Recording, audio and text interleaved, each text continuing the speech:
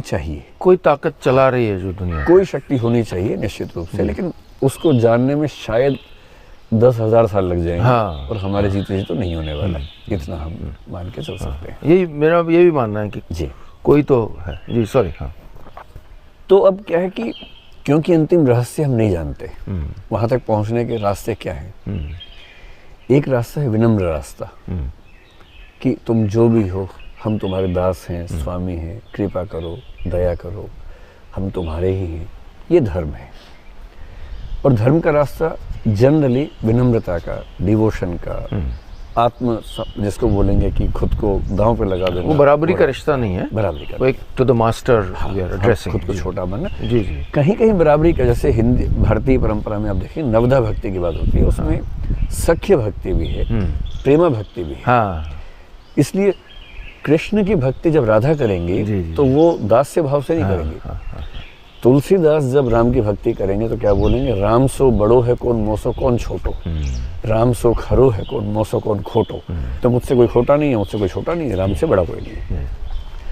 और जब कबीरदास भक्ति करेंगे राम की, तो कहीं कहीं तो बोलते हैं वो भी, मैं तो कूता राम का मोतिया मेरा नाम, गले राम की जेवड़ी जित खींचे तित जाऊं, कि मैं तो राम का कुत्ता हूँ, जहाँ खींचेंगे मैं चला जाऊंगा, मेरा नाम मोतिया है। पर जब वो इश्क वाले मूड में आते हैं, तो चाहे वो हो, चाहे सूफी लोग हों, चाहे सूरदास के यहाँ राधा कृष्ण की बात हो, फिर भगवान से प्रेम का संबंध बनता है। और जब राधा कृष्ण की बात कर रही है तो वहाँ फिर वो दास्य वाला भाव नहीं है जी। या कबीर जब कह रहे हैं कि जो बिछड़े हैं पियारे से, भटकते दर बदर फिरते, हमारा यार है हम में, हमन को इंतजारी क्या। तो ये जो भाव है, ये बराबरी का भाव है। और भारतीय परंपरा तो इतनी कमाल की है, उसमें आप भगवान को छोटा बच्चा बन के भक्ति कर सकते हैं। जब यशोदा प्यार कर रही है कृष्ण को, या यशोदा वाले भाव से जन्माष्टमी के दिन जो महिलाएं अपने बच्चों को कृष्ण बनाती हैं छोटा सा, वो बाल भक्ति है, ईश्वर के बच्चे वाले रूप की भक्ति है। अयोध्या के मंदिर में जो भगवान राम की मूर्ति है, वो बाल रूप वाली मूर्ति है। तो ये तो वैरायटी ऑफ डिवोशन हमारे यहाँ हिंदू धर्म में बहुत ज़्यादा है, जो आमतौर पर बाकी परंपराओं में उतनी ज़्यादा मात्रा में नहीं दिखता। और ये मैं इसलिए नहीं कह रहा कि मैं हिंदू हूँ जन्म से, इसलिए कह रहा हूँ कि धर्म का दर्शन मैंने सारे धर्मों को रिलेटिवली स्टडी किया है, कंपैरेटिवली। तो रहस्यों की दुनिया को भक्ति भाव से टच करना धर्म है, रहस्यों की दुनिया को दिमाग से टच करना दर्शन है।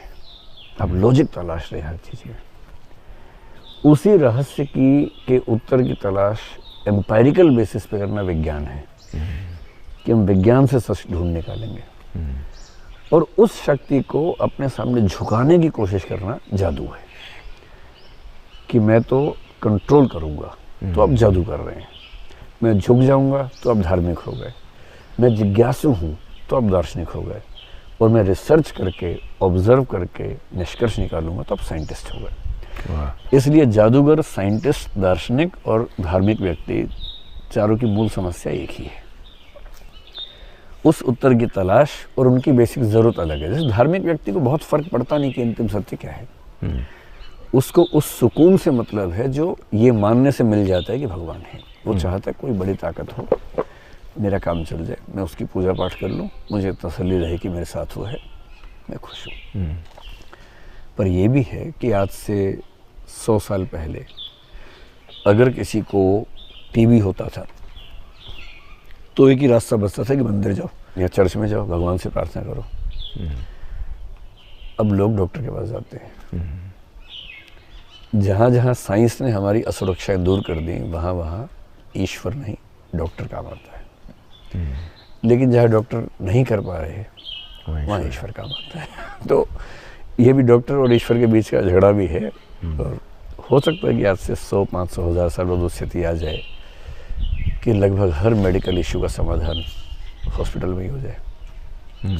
बायोटेक्नोलॉजी से, डिज़ाइनर बेबी से वो चीज़ें हों, यूजेनिक्स से हों। 100-150 साल बाद ये हो सकता है कि बच्चे के जन्म से पहले ही कुछ जेनेटिक इंजेक्शंस उसकी माँ को दिए जाएं और बच्चा ऐसा हो कि वो स्वस्थ ही होगा। मेडिकल साइंस जिस गति से आगे बढ़ रही है, जी। पता नहीं भविष्य में क्या क्या होने वाला है। पर जो भी होने वाला बहुत इंटरेस्टिंग होने वाला है। हाँ। जो हम तो नहीं देख पाएंगे, लेकिन जो भी देखेगा।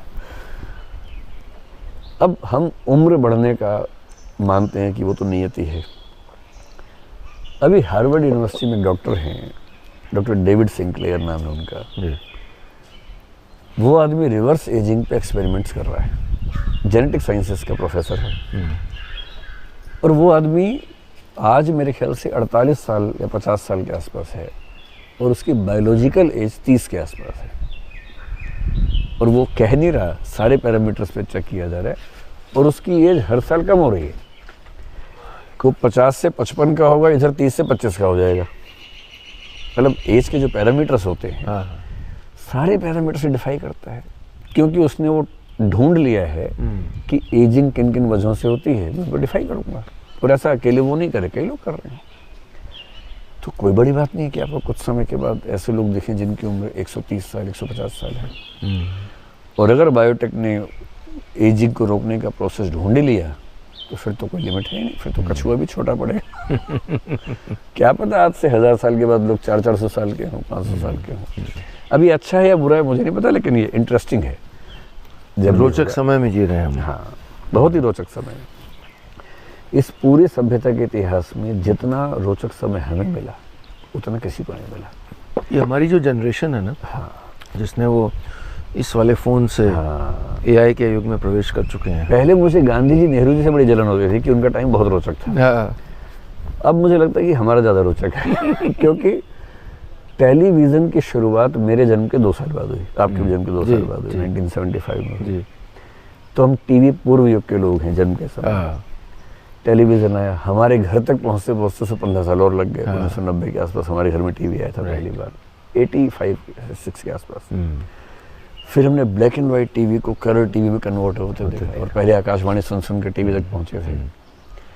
आप सोचिए, टेलीविज़न कलर्ड हुआ, VCR आए, उसके 10 साल बाद पता लगा कि अचानक प्राइवेट चैनल्स आए, सैटेलाइट से काम करना शुरू कर दिया। CD DVD के गलियारों से DVD की दुनिया हुई, पेन ड्राइव हुआ। फिर पता लगा इन सब की ज़रूरत ही नहीं है, नेटफ्लिक्स से हो जाएगा। फिर पता लगा कि रियलिटी आप ऑगमेंट कर सकते हैं, वर्चुअल बना सकते हैं। अभी जो नए वो